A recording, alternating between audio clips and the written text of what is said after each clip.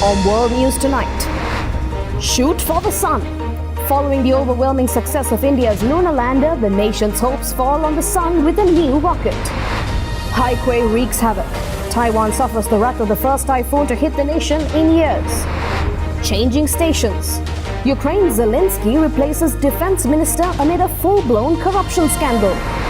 And one night only, Armani brings sparkle and stars to Venice in celebration of the 80th Film Festival in the Canal City.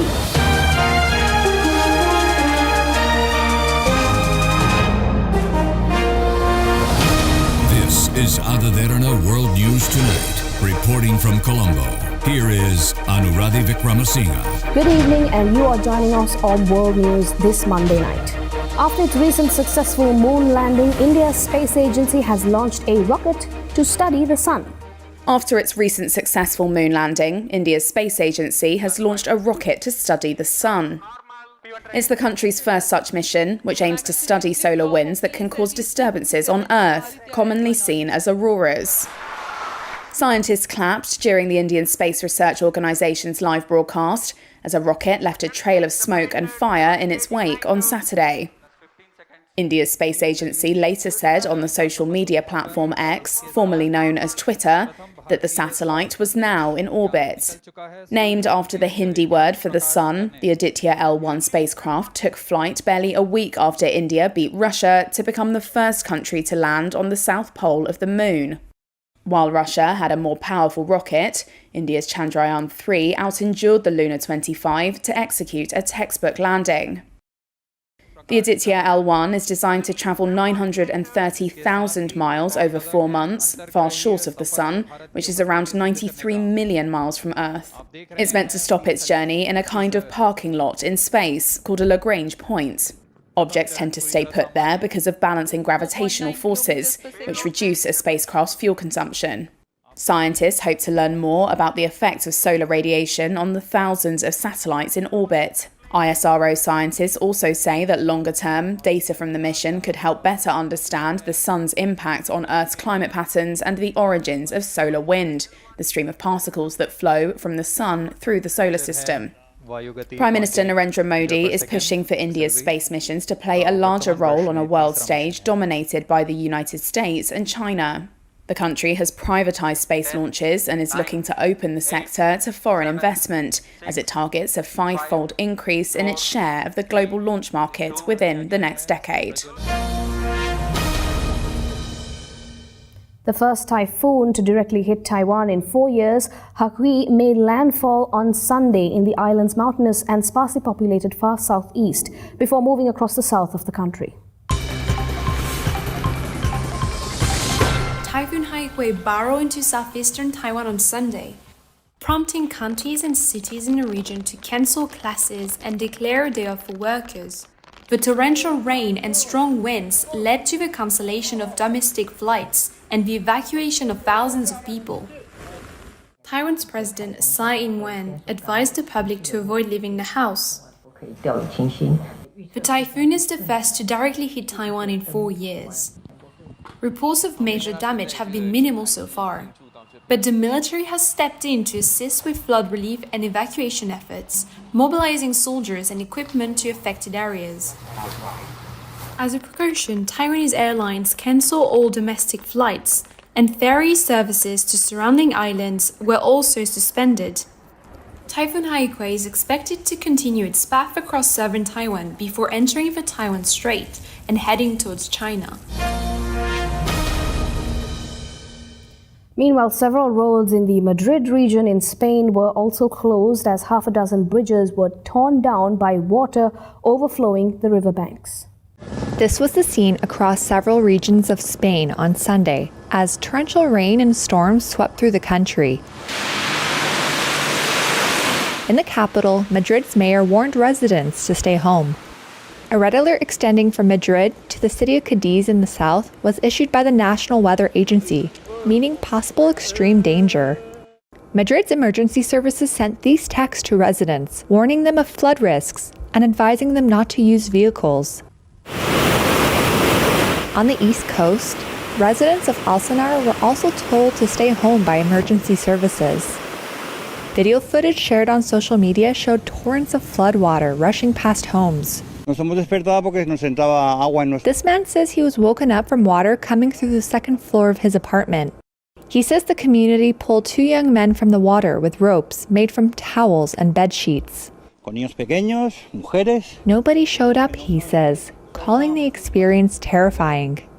Further down the coast in Castellón, firefighters released footage of people being saved after their vehicles were trapped in the floods. Ukrainian President Volodymyr Zelensky said he would dismiss Defense Minister Oleksiy Reznikov from his post and would ask Parliament to replace him with Rostam Umerov, head of Ukraine's main privatization fund. During his nightly address to the nation Sunday, Ukrainian President Volodymyr Zelensky announced plans to dismiss Defense Minister Oleksiy Reznikov from his post. Zelensky said he planned to ask Parliament this week to replace him with Rostam Umerov, who heads Ukraine's main privatization fund. The move sets the stage for the biggest shakeup of Ukraine's defense establishment since the war was launched by Russia in February 2022. Reznikov, who was named defense minister in November 2021, has helped secure billions of dollars of Western military aid to help the war effort. But he has been dogged by graft allegations surrounding his ministry, which he described as smears. The change of defense minister must be approved by Parliament, which Zelensky said he expects to happen. Umerov has headed Ukraine's state property fund since September 2022 and has played a role in sensitive wartime negotiations. Meanwhile, Russia has launched an overnight air attack on one of Ukraine's major grain exporting ports. Ukrainian officials have also said this hours before Russian President Vladimir Putin and his Turkish counterpart Tayyip Erdogan are due to hold talks in a long-shot bid to revive a Ukrainian grain export agreement in time for the autumn harvest. It's a meeting that could define the future of global food security. Turkish President Recep Tayyip Erdogan is meeting Russian President Vladimir Putin in Sochi on Monday, hoping to convince him to rejoin the Black Sea grain deal that he pulled out of in July. Russia's defense minister laid out the Kremlin's conditions in a meeting with Turkey's foreign minister ahead of the summit. Today, the deal is no more, and it's not our fault. There's only one thing to say, that if everything that was promised to Russia is fulfilled, which seems like a very simple thing to do, then the deal would be extended. The agreement was brokered by the UN and Turkey. It meant that ships were allowed by Russia to safely leave several Ukrainian ports in and around Odessa and travel through an agreed corridor in the Black Sea. The ships were then inspected near Istanbul by representatives from Russia, Ukraine, Turkey and the UN, before setting off for other parts of the world and helping relieve hunger in some of the hardest hit corners of the globe, including Afghanistan, Ethiopia, Sudan and Yemen.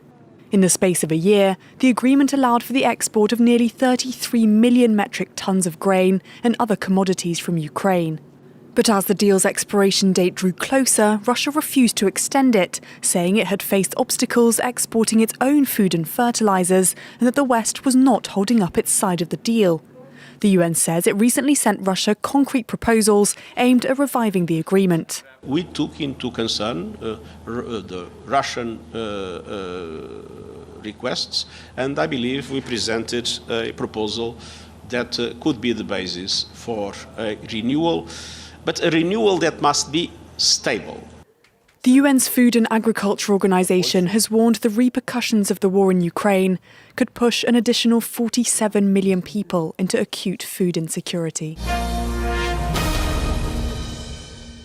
Let's go for a short commercial break. You're watching World News.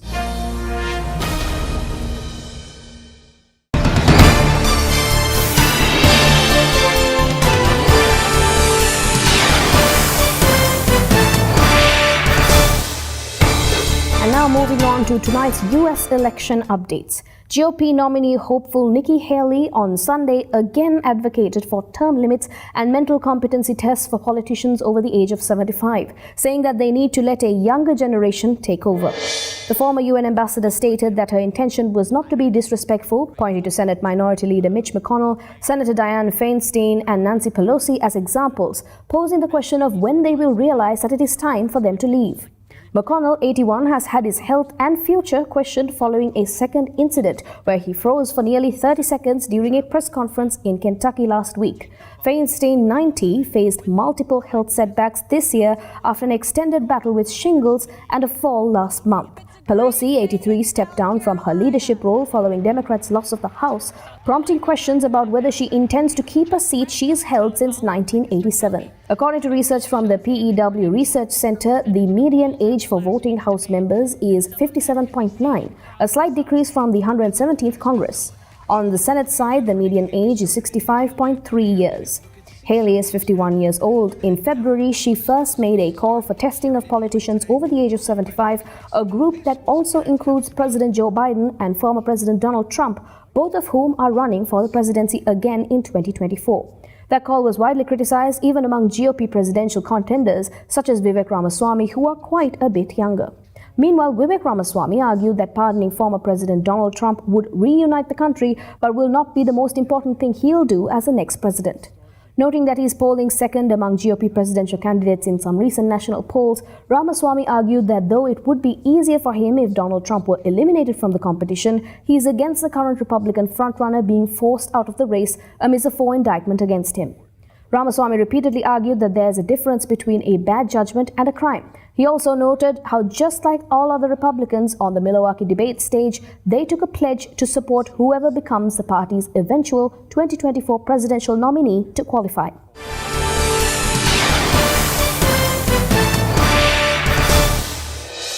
Five civilians were killed by bombs that fell on their homes in Khartoum, a Sudanese medical source has told, a day after an airstrike in the city's south killed at least 20 civilians.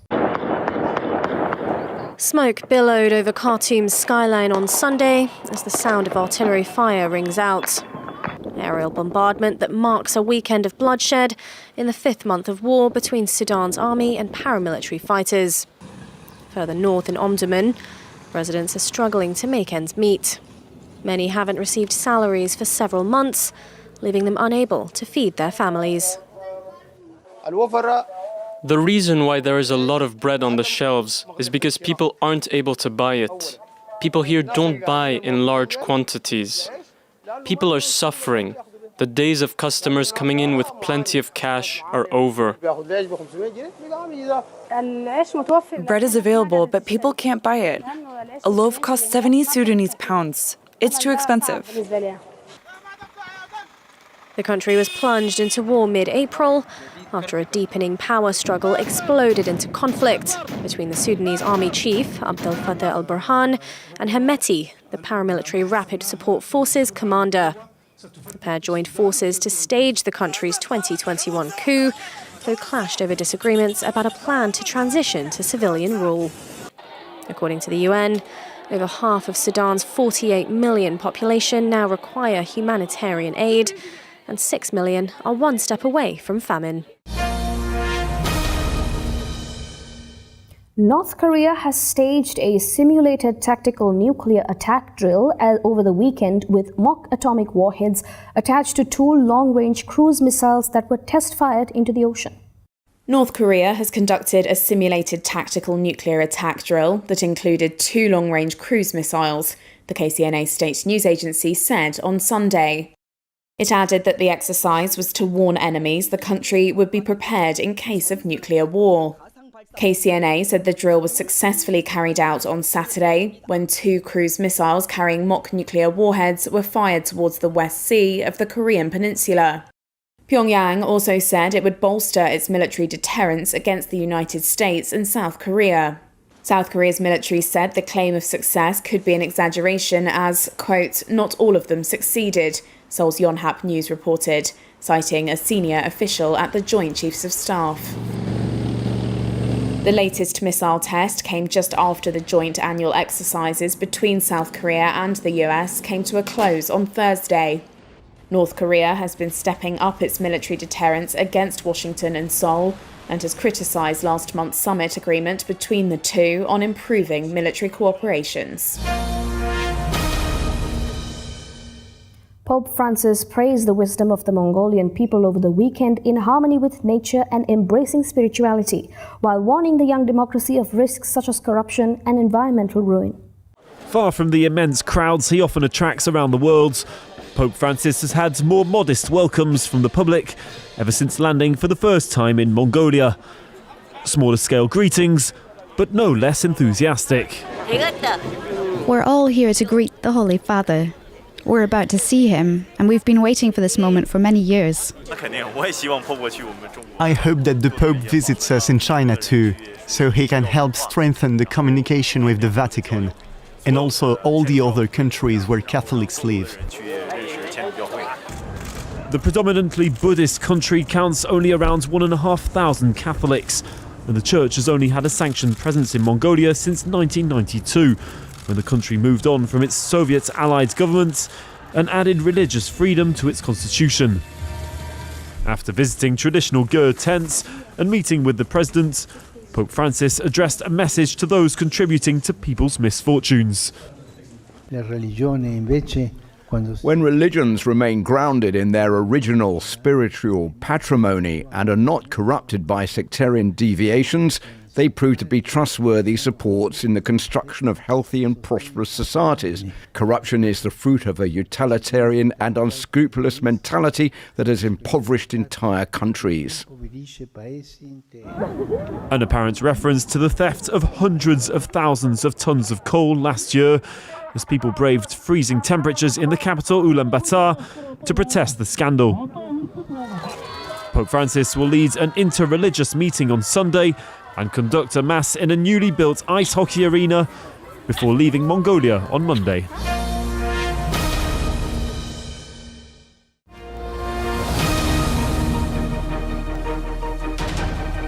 Welcome back. For more news, let's take you around the world in a minute. According to Mali's sports minister, former Mali, Marseille and Seine attacker Salif Keita died aged 76 on Saturday. When the Portland Fire Department in Oregon was called to rescue someone who was stuck in chest deep mud, they didn't realize they were rescuing a man who had escaped from the Oregon State Hospital. After the rescue, a quick-thinking hospital employee made the connection to the escape and police arrested him. The wildfire in the northeastern region of Everest has killed at least 20 people, destroyed homes and livelihoods and scorched lush forests. While summer wildfires are common in Greece, the government says conditions which scientists link to climate change have made them more intense this year. Authorities in Gaza have appealed to help put out a fire that has been burning for days in a waste landfill site, sending foul-smelling smoke spiraling across the blockaded enclave, which already suffers from severe environmental problems. With more than 100,000 new migrant arrivals in New York City since last spring, the focus is now turning to the influx of new students who will be starting school this week.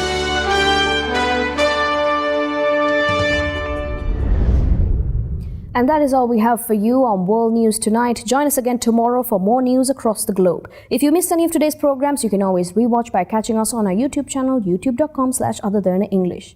We're leaving you tonight in Venice as Italian fashion designer Giorgio Armani brought sparkle and stars to the Canal City with a one-night-only fashion show coinciding with the 80th Venice Film Festival.